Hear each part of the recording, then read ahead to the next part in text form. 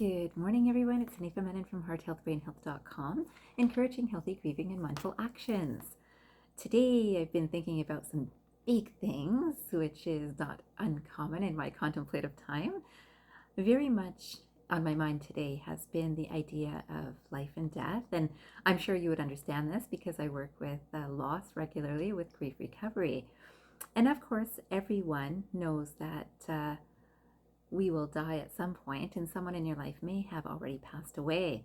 And I thought about the idea of the rituals of death. So this video is called Understanding Death Rituals, and I wanted to talk a little bit about this, starting with this quotation. And this is by Richard Leakey. This quotation says, "Ritual disposal of the dead speaks clearly of the awareness of death, and thus an awareness of self." So interesting quotation, right? So this awareness of self, and I think most cultures will talk about life and death at some point. Many children are raised with this awareness. If you've ever lost a pet, that might have been the first time you learned about it or experienced it yourself. And certainly as we grow up, we start seeing people that are being lost in our lives, right? In our earthly realm, that we lose a body, right? And it's interesting that I was looking at the differences between Eastern thinking and Western thinking. And as you know, or most of you might know, that Eastern thinking is very much about feeling that there is rebirth of the soul. And Western thinking is very much about more thinking about a rising of the soul at, let's say, the Day of Judgment sort of time. So these are two different styles. Now, what happens at death? We can see that in Eastern cultures, most often, there's cremation. And I wanted to explain today so that you would have some understanding about this, that when Eastern cultures are doing this, it's because there's already this thought that the soul is no longer part of the body. And when that happens, the soul has already achieved freedom from the body. And so completely disposing of the body through cremation then releases its energy into the universe through the smoke of a fire, for example. So this is the thinking in Eastern culture. In Western culture, more often the thought is about the soul is staying with the body, even though the body is gone. The soul is waiting for that Day of Judgment. So it needs to be, the body needs to be preserved somehow and stored safely for that time when the soul will reunite with that body, right? That sort of idea. And it's really interesting, right? Because different people have different thoughts. And I thought that unless we understand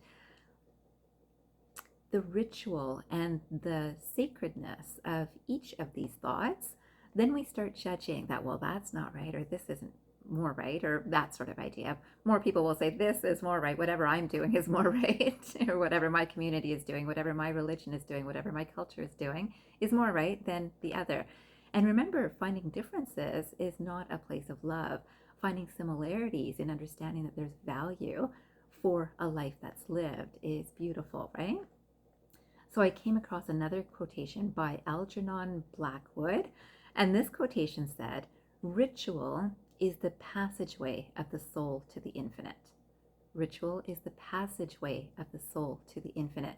And as we know, in all cultures, there's usually some grieving, there's usually a lot of praying, there's usually a lot of perhaps meditation and wishes for the soul to carry on in its journey in the best possible way, right? So peace for the person who has passed, and the person, most people know the body is dead, but the person, I would say we're all linking it with that soul as the person. And so today I thought I would love for you to sit down and think about any funerals you might have been to, or maybe you're planning a funeral or the passageway to the infinite for someone that's close to you. And a lot of people will plan their own, they will make their own funeral arrangements, especially if they're close to passing. But many people do this even way in advance too, to prevent that concern for family members that exactly the right things are being done. And I think that's wise. But either way, think about a funeral or a a time of passing for someone that was close to you, or perhaps is close to you now, and recognize the sacredness of this ritual, because it's really all of us, our living souls, understanding and appreciating the value of a life. So today, if you can sit for 5 minutes and think about the value of a life that's been important to you or is important to you today, and recognize that even the ritual of a funeral is truly useful to that soul, I believe. So I thought I would leave you with one more quotation to help you think about this and contemplate. Perhaps you've been to a funeral and you haven't actually fully engaged emotionally or spiritually yourself at the process that you're being part of. And I would love for you to think of it today and think about how you can contribute emotionally and spiritually and lovingly to the energy that has been part of your life that perhaps you've been to a funeral for or you are anticipating to go to. This quotation is by Maya Angelou, and she says, a great a great soul serves everyone all the time. A great soul never dies. It brings us together again and again. And I think anyone out there who has lost someone knows how a family can be brought together again and again. A memory can bring the thought of a great person back to your awareness.